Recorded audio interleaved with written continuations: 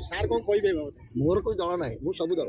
ତୃତୀୟ ଆଞ୍ଚଳିକ ଦଳ ଗୋଟେ ସୃଷ୍ଟି ହେବା ପାଇଁ କହୁଛନ୍ତି, ଚର୍ଚ୍ଚା ହେଉଛି। ଦଳ ସୃଷ୍ଟି କଲେ କ'ଣ ହବ? ଦଳ 2-4 ଜଣ ମିଶିଲେ ଦଳ ହୁଏ, କିନ୍ତୁ ଦଳ ଖାଲି ସୃଷ୍ଟି କରିଦେଲେ ହବନି। ଦଳ ତାର ନିଜ ଦାୟିତ୍ୱ ନିଭେଇବା କଥା। ଏଠି ତ ମୋ ପାଖରେ ବିଧାୟକ ବସିଛନ୍ତି, ସେ ଗୋଟିଏ ପୂର୍ବତନ କ୍ଷମତାସୀନ ଦଳର ଲୋକ, ମୁଁ ମଧ୍ୟ ସେ ଦଳରେ ଥିଲି, ତେଣୁ ସେ ବିଷୟରେ ପବ୍ଲିକଲି ଆଲୋଚନା କରିବା ଠିକ୍ ନୁହେଁ। ସେ ଦଳ ସମ୍ପର୍କରେ ବି କିଛି କହିବିନି। ବର୍ତ୍ତମାନ ଯେଉଁମାନେ କ୍ଷମତାରେ ଅଛନ୍ତି ତାଙ୍କ ବିଷୟରେ ବି କିଛି କହିବା ଉଚିତ ନୁହେଁ।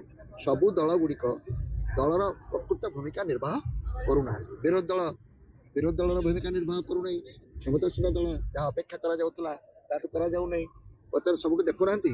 ଆମେ ମନ ଖୋଲିକି ବାଛିଲୁ ବିଧାୟକ ମାନେ ଗୋଟିଏ ସମୟରେ ଜଣେ ନିର୍ବାଚନ କମିଶନର କହିଥିଲେ, ଭୋଟର ମାନେ ଯେତେବେଳେ ବିଧାୟକକୁ ବାଛିବେ ସେ ଝିଅ ପାଇଁ ଜୋଇଁ ବାଛୁଛନ୍ତି ବୋଲି ଭାବିକି ବାଛନ୍ତୁ।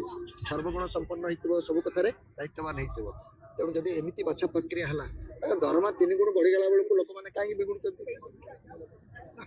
ଯଦି ସେ ତାଙ୍କର ନିଜ ଲୋକ, ଆମେ ଆମ ପ୍ରତିନିଧିକୁ ମନ ଖୋଲି ବାଛିଛୁ, ଭଲ ପାଇକି ବାଛିଛୁ, ତାଙ୍କର ଭଲରେ ଆମେ ଭଲ କହିବା ଦରକାର ନା ନାହିଁ?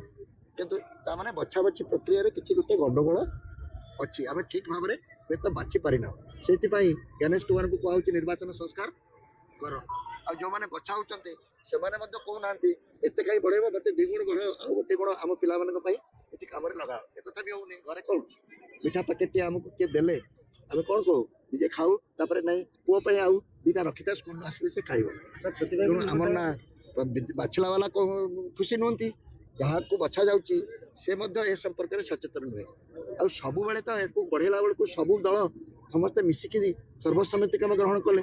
ଓଡ଼ିଶାର ଉନ୍ନତି ପାଇଁ ସବୁ ଦଳ ଏମିତି ଏକାଠି ଯାଉନାହାନ୍ତି। ଆଉ ବିରୋଧୀ ଦଳର ଆବଶ୍ୟକତା କ'ଣ ରହିବ ମୁଁ ଜାଣିପାରୁନି। ନିଜ ଦରମା ବଢେଇବା ପାଇଁ ସମସ୍ତେ ସର୍ବସମ୍ମତି ପ୍ରସ୍ତାବ ଦେଲେ, ଏ ଲୋକ ପାଟିତ ନ କଲା ବେଳକୁ ଏଣେ ଚିଞ୍ଚା ହଉଛନ୍ତି ଏବେ। କିନ୍ତୁ ଯଦି ସମସ୍ତେ ନିଜ ଦରମା ବଢେଇବା ପାଇଁ ଏକାଠି ହେଇପାରୁଛନ୍ତି, ସର୍ବସମ୍ମତ ପ୍ରସ୍ତାବ ପାରିତ କରିପାରୁଛନ୍ତି, ଓଡ଼ିଶା ଦରମା ବଢିବା ପାଇଁ ଗୋଟେ ସର୍ବସମ୍ମତ ପ୍ରସ୍ତାବ ହଉ। ଓଡ଼ିଶାର ପ୍ରତ୍ୟେକ ଲୋକଙ୍କ ଦରମା ବଢୁ, ଆୟ ବଢୁ। जदि आपंक आम भिडी भल लगा तेब आम चैनल को लाइक, शेयर और सब्सक्राइब करने को जमा भी भूलु नहीं।